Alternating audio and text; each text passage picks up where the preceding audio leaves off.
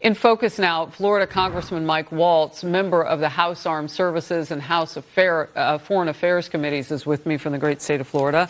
So first of all, what's your take on this sort of reinvention of Kamala Harris? Well, Kamala Harris is a fake.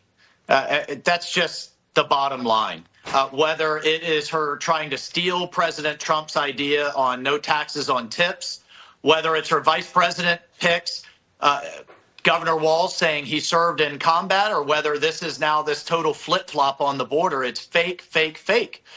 And I think the Wall Street Journal is absolutely right. She's going to say or do or pretend to do anything it takes to try to stay into power. But at the end of the day, she is a hard left progressive. The border is a disaster.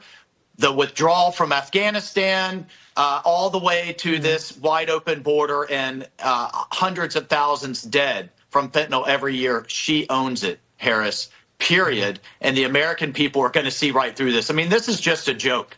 And the thing is, she's just throwing out these sound bites when President Trump's policies actually worked, period. Done.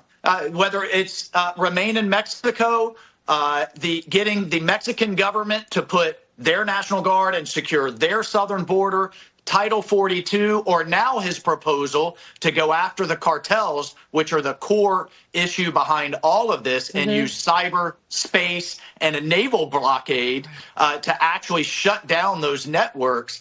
President Trump has real proposals that worked and will continue to work. Harris is just a fake. But she's a dangerous one. When you talk about going after the cartels, I mean, that's one of the root causes that I thought she was looking for. All right, let's move to this. Vice presidential candidate J.D. Vance with the takedown of ABC's Jonathan Karl, who tried to claim Vice President Harris was never in charge of the border. We have to start with the fact that we have a wide open southern border because our border czar actually set a lot of open border policies. They suspended. She's not actually. She wasn't the border czar. Oh, that was what the media called her. She assumed the title. She had control over a lot of our border policy at a time when they were suspending. Let me finish, John. The time they were suspending deportations, they stopped Donald Trump's Remain in Mexico policy, and they reinstituted catch and release. They basically threw open the gates of our country. You know, something dawned on me real quickly. Congressman, it's almost as though they want to put out this reinvention of sound bites from her on these issues so that when you Google, those come up before the old ones. There's a side-by-side of that very journalist from ABC saying that Harris in 2023 was in charge of the border.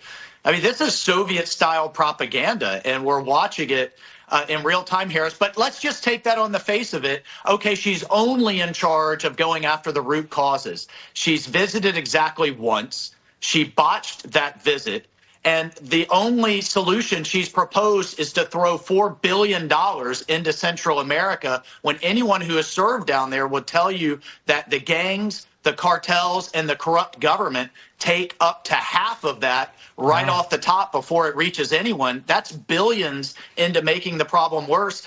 And as opposed to Republicans in the House, which have proposed, let's pull supply chains out of China, and if it doesn't make sense to come here, then let's incentivize manufacturing there. Now, one, you're pulling our supply chains into the Western Hemisphere and out of the hands of our adversary. And two, you actually are getting at core issues in terms of the cheaper labor that they have down there. So there's real solutions on the table. None of them are coming from the Harris-Walz campaign.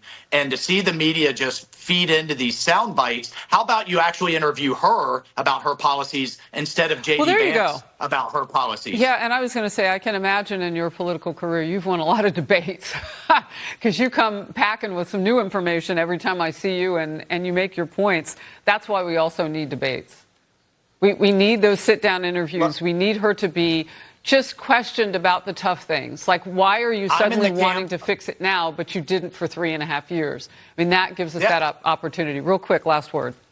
No, I'm in the camp for President Trump to do as many debates with her as possible. The job of all of us and the media is to tease her out and actually have her speak off the top of her head to show everything that she doesn't know.